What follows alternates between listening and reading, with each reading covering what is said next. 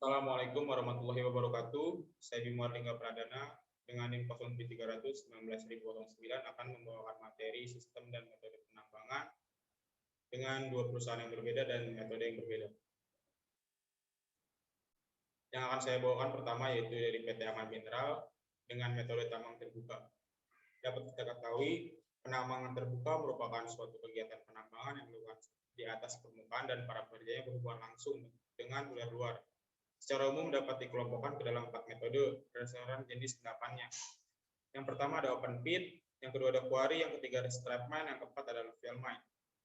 PT Aman Mineral Nusa Tenggara merupakan suatu perusahaan yang mengoperasikan tambang batu hijau. Perseroan ini juga punya beberapa prospek lain yang sangat menjanjikan di area konsesi tembaga dan emas yang terletak di Kabupaten Sumbawa Barat, Provinsi Nusa Tenggara.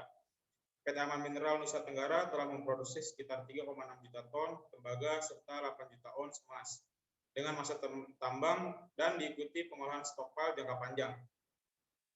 Fasilitas yang dimiliki juga sangat lengkap, termasuk armada peralatan tambang yang sangat besar, pembangkit listrik tenaga batu bara sebesar 112 MW, pelabuhan dengan terminal kapal feri, layanan udara, pabrik pengolahan dengan kapasitas 120.000 per ton perharinya.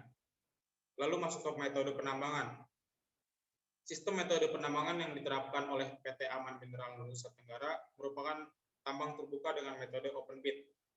Open pit adalah bukaan yang dibuat di permukaan tanah bertujuan untuk mengambil biji dan akan dibiarkan tetap terbuka atau tidak ditimbun kembali selama pengambilan biji masih berlangsung. Tambang batu hijau adalah operasi tambang terbuka di mana semua mineral berharga seperti tembaga, emas, dan perak ditambang dari permukaan tanah dengan mengangkat berbagai peralatan tambang seperti alat muat, seperti contohnya dari shovel dan truk pengangkut atau biasa kita sebut dengan dump truck. Penambangan di batu hijau diawali dengan kegiatan pengeboran dan peledakan untuk memudahkan pengambilan biji. Dengan peledakan, batuan terlepas dari tanah dengan diameter rata-rata 25 cm dengan menggunakan beberapa shovel berukuran besar. Batuan dimuat ke dalam truk berkapasitas 240 ton dan kemudian diangkut menuju kedua buah crusher atau mesin penghancur. Di crusher, ukuran biji batuan diperkecil hingga berdiameter kisaran 15 cm. Biji kemudian diangkut ke pabrik pemrosesan mineral, sedangkan batuan berkadar lebih rendah akan diangkut ke tempat penampungan. Berikut di sini tahapan-tahapan dari penambangan mineral. Dari crusher, biji batuan diangkut dengan ban berjalan sepanjang 5,6 km ke pabrik pengolahan yang disebut dengan konsentrator. Di konsentrator, mineral berharga dipisahkan dari batuan pembawa melalui proses pengerusan dan voltasi.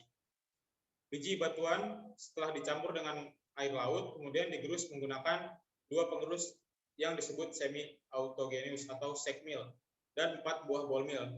Setelah keluar dari ball mill, partikel halus yang terkandung dalam slurry kemudian dipompa ke seperangkat tangki cloth Cylon untuk dipisahkan akhir partikel biji. Bubur biji halus yang dari tangki Cylon dialirkan ke sejumlah tangki untuk diambil kandungan mineral berharganya.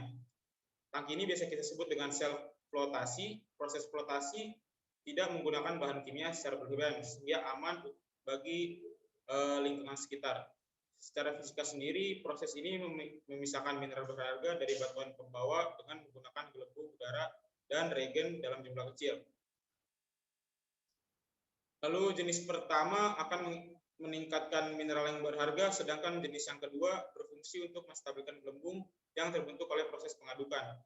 Saat gelembung udara naik, mineral berharga atau konsentrat akan ikut terangkat ke permukaan juga. Lapisan gelembung ini diselimuti oleh mineral berharga yang terbentuk seperti pasir. Lapisan yang terapung di permukaan sel flotasi ini yang disebut dengan konsentrat. Dari sel flotasi, konsentrat dikirim ke tangki penghilangan kadar garam yang disebut dengan CCD atau counter current distension. Dalam tangki ini, air laut dibuang dan konsentrat diketalkan dengan cara mengalirkan air tawar secara berlawanan arah. Air tawar mengikat air laut dan konsentrat mengendapkan di dasar tangki. Konsentrat kemudian disaring untuk membuang kandungan air dalam konsentrat sampai dengan 91% menggunakan udara bertekanan. Setelah proses penyaringan, konsentrat akan berupa bubuk, batuan halus atau pasir dan disimpan di gudang untuk menunggu pengapalan. Lanjut, perusahaan yang selanjutnya yaitu dari LKB atau biasa kita sebut dari PT Karunia Mine. Selanjutnya dengan metode tambang bawah tanah. Tambang dalam atau tambang bawah tanah adalah metode penambangan yang segala kegiatan atau aktivitas penambangan dilakukan di bawah permukaan bumi dan tempat kerja tidak langsung berhubungan dengan udara terbuka. Masuk ke metode penambangan, perusahaan tambang Kirunia Mine terletak di Norrbotten Country, Lapland, Swedia.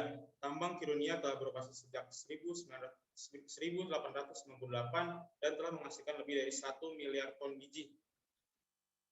Perusahaan tambang Kiruna Mine rata-rata memproduksi biji sekitar 30 juta ton biji besi per tahunnya. Tambang Kiruna memiliki tubuh biji yang panjangnya mencapai 4 km, 80 meter, hingga 120 meter, dan mencapai kedalaman hingga 20 meter. Dan tambang Kiruna ini memiliki rencana untuk berkembang seiringnya waktu. Metode penambangan caving cup dipilih oleh Kiruna Mine karena telah dioperasikan sejak 1960-an. Pada tahun 1985, cadangan untuk tambang Kiruna mencapai 1.800 juta ton dengan kadar hingga 60-65% besi dan 0,2 untuk fosfor.